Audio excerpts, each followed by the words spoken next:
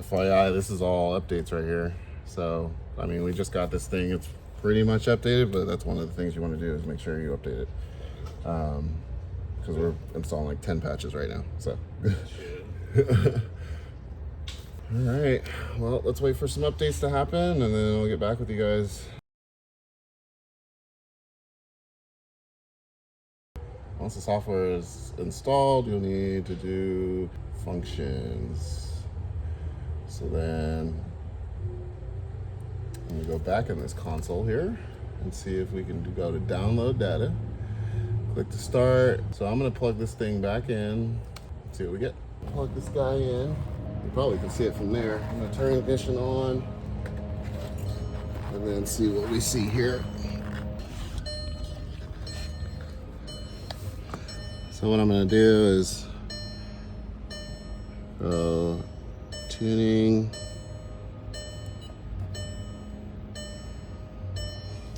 We'll do key on and confirm. Again, computer on, keep the screen on so that way it doesn't fail during the load. And then now that it's trying to read the computer, I have it plugged into a battery saver so it didn't shut off on us because the key's gonna be on for a while. I'm actually gonna shut this door because that's annoying. So now that we got the thing plugged in and ready to go, it actually shows something pretty simple. It says stock file missing, start and read. We're gonna communicate with the ECU. This is just key on. It's starting to save the stock file now, so that's good.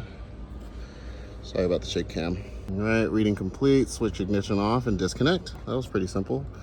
And then we'll go back to the computer. So it's got its own cable. You just plug that guy in and then it'll read it right away. As you can see, it's starting to connect to the device.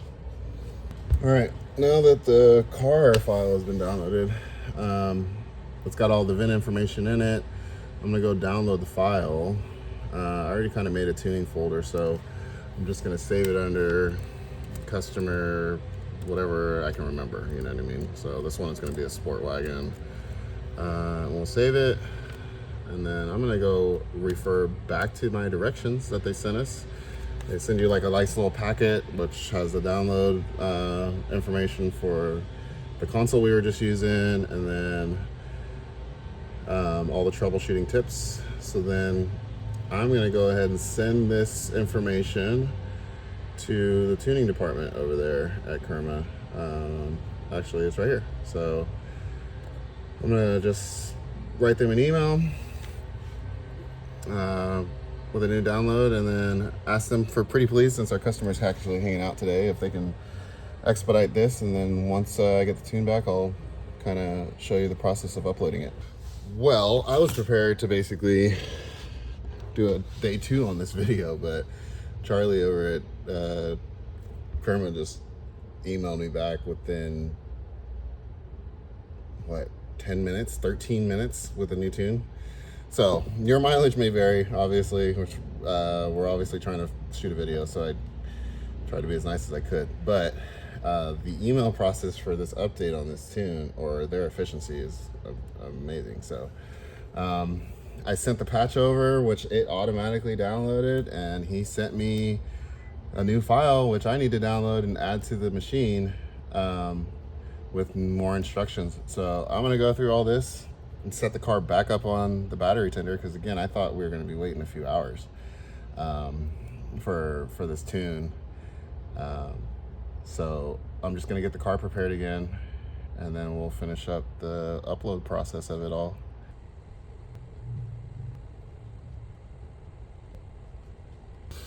It looks like the battery has been written, so I should just be able to go directly to the vehicle after it's been written and download the software onto the car. So that's what I'm gonna do now. All right, we're back in the car. and set up on a battery tender, and we're just key on. All the accessories are off, everything, not even the fan. Okay, so we're gonna go into tuning and then continue.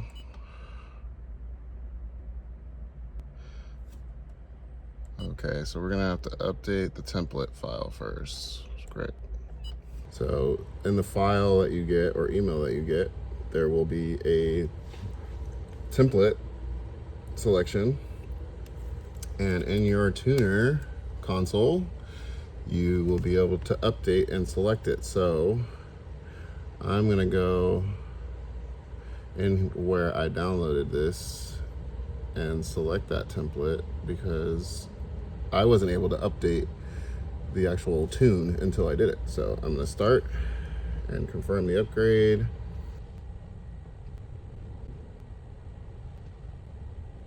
All right, looks like this thing was updated, so I'm gonna bring you back over to the car. Look at that.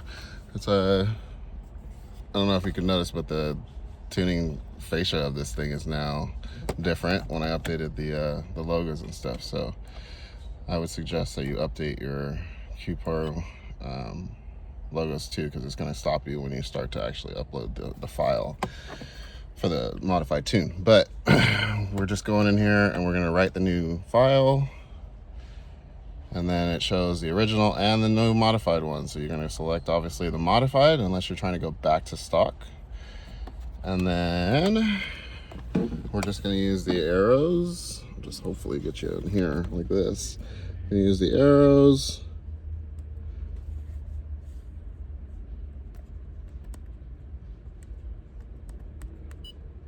There it goes. You gotta tap her a couple times. Installation in progress. Remember, foot off the brake, put it on a battery tender, e-brake on, no accessories. And I actually just found out that they're this fast all the time. So you should hopefully be able to get your tune back right away too, but don't quote me on it. Communicating with ECU, that's great. One thing I love about these is that they're undetectable for smog, and they're not really invasive. So it's supposed to give you all the gains without the problems of traditional tuning. I'm not even gonna touch this thing now. Screw the lighting. I think you can see it. Key off, or button off in this situation. Press OK. Key on. In accessory mode. Press OK.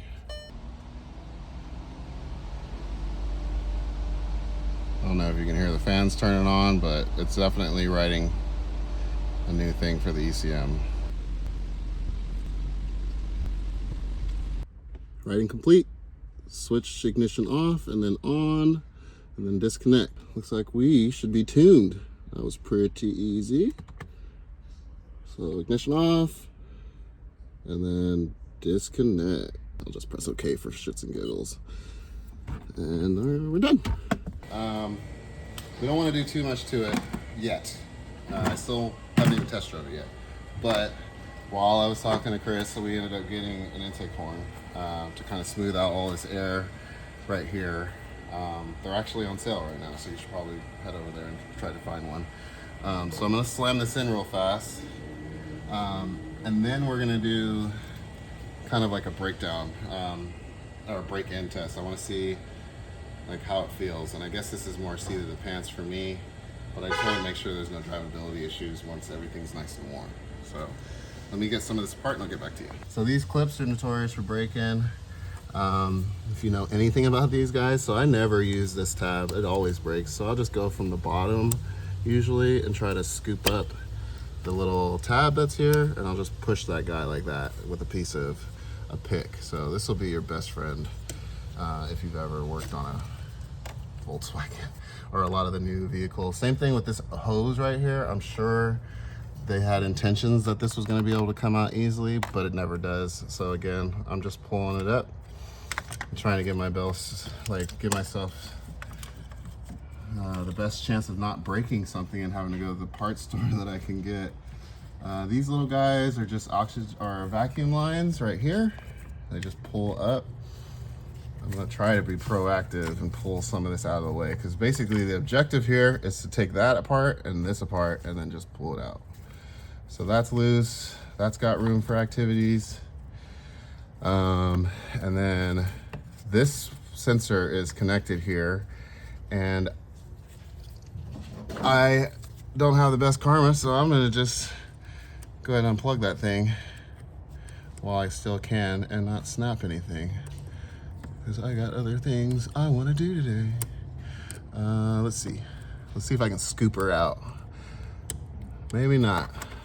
We might have to use the clip as it was intended. There it goes. Down here, there's supposed to be a band clamp, which there is, and of course, I bet you the screw is on the back side where you can't see it.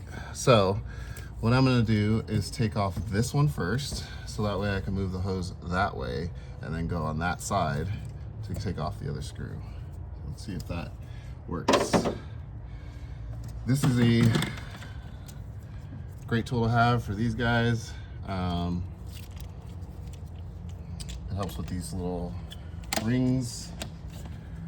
Just lock in like that, and they're self-locking, so you can do all of this stuff and not have to touch it. But be careful, because when these things pop off, they will pinch your fingers. So that's that. Again, I'm trying to be as least invasive as I can, but to be honest with you, because of the way that this is tight, I'm gonna end up taking off the top of this air box real fast. So let me grab a tool. I got my screwdriver, electronic screwdriver in my truck, so I'm just gonna use a drill because I like efficiency. But they're not even on there more than hand tight, so when you put these things back down, don't go crazy and crack your airbox, because then you have an air leak and have to come see me. So that's that. These things just kind of pop right up, and since I've already undone this, it's gonna pull right out. Whenever you take this off, make sure your screw is in an area where you can get to it easily, because this is kind of unnecessary. But if yours is in the right location, you'd be done by now. Half the time of this is just to figure out a way to get in here. All right, let's see if that was enough. All right, so that's it. Like I said, this is just, could have been that way. If we turned it that way, we would have been out of here by now, but you know, such is life. So we're gonna clock this correctly. I'm actually gonna go that way. So that way when I tighten it, I can just tighten it from the top there. And then same thing with the big side. So we just wiped out the inlet. There wasn't really anything in there crazy. That's a brand new rag, so I'm not really too worried about it. Putting this in, grab your favorite silicone approved lubricant. So that way it doesn't fight you going on this plastic tube. We'll move this over here. And then it just goes directly on the tube, just like that. It doesn't really have a lot complicated. Now, again, I'm gonna clock this on this side of the tube because I want to be able to tighten it easier. Actually, I'm gonna clock it the other way because when I tighten it down, I wanna be able to see the bolt facing upward. So we're gonna go in there like that. And then, I hope you can see that. We're gonna leave it just like that when we install it, so that way you can get to it easy. And then we're gonna do the other side too right now, because I wanna make sure this thing lines up correctly. So we're just gonna basically mock it up, tube in first, so that way we don't pull it out of the inlet. You should probably have your ring on there first. Same thing, figure out which way you want this to be. You know what I mean? Obviously it's gonna be easier for me to tighten it right there. So I'm gonna leave it like that. Push it in. And then I'm just gonna put it in place. So that way I know that it'll lock in. And then I can adjust the back here. So just make sure your lines are routed correctly before you really lock anything down and have to waste your time pulling it apart again.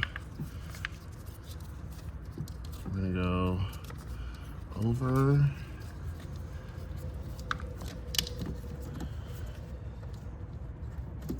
Like that. And then this guy, so we're probably gonna do that. So this goes here, and then go under. I'm gonna look at that old air box too, because I didn't notice if any of those routes, those connectors for the routing, were detachable, and if they are, I'm gonna use them again. So that way these aren't just laying on top of the intake like this. All right, this will be what we're doing for now. I wanna make sure it looks clean enough. Yeah, so this is all molded in, so you're gonna have to, like, you know, do your best cable routing, because we won't be able to reuse any of that. But you can even tell, like, the diameter of this. This is where a lot of your vacuum leaks are caused, in between these ribs. You can see how small this tube gets, and also how many ribs are in there. So that's all turbulence that it creates, and that's not necessary compared to that, this big honking thing, and it being smooth as butter. So this should actually help a lot just with airflow. So now that I know I can't use any of those connectors, I'm gonna go back to my old routing and try to make it look decent. I guess that one's gonna have to stay there. Don't forget, if you took out this 2-pin connector, to plug it back in before you start chasing check engine lights. On this side, it's plastic. On this side, it's metal, so you can kind of crank down on here. On the intake side, be careful. You don't want to crush it. So I'm just gonna go until it stops, and then give her 2 fingers and call it a day. Pull them up like that, and they'll stay up. So that way you can put the damn air box where it's supposed to go. And this tube is definitely more firm, so it's another reason why you want to lock your air box in first before you attach the rest of it, because if you do it incorrectly, you're not going to get enough room to get the screws lined up.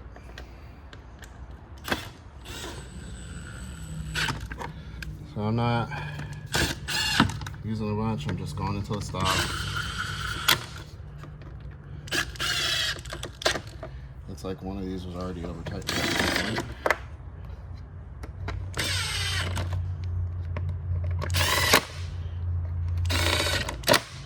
Alright, solid. And then that goes back on there. Now it's time to start this thing and drive it. I want to be able to figure out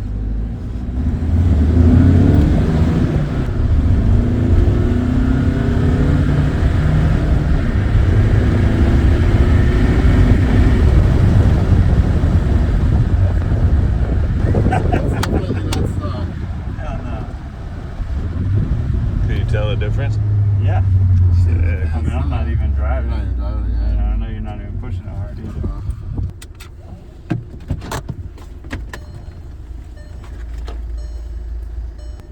For this being a heavy wagon.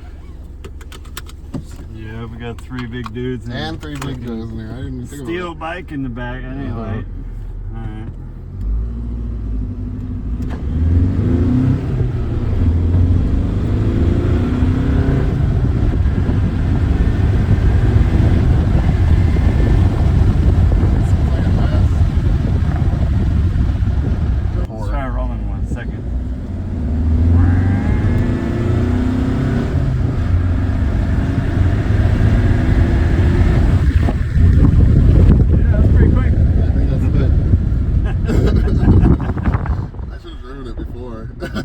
Yeah. But it definitely seems like it's pulling. It's quick too, like it engages quicker. Yeah, it's got low end, I like that. This is all butt dyno stuff, so. Yeah.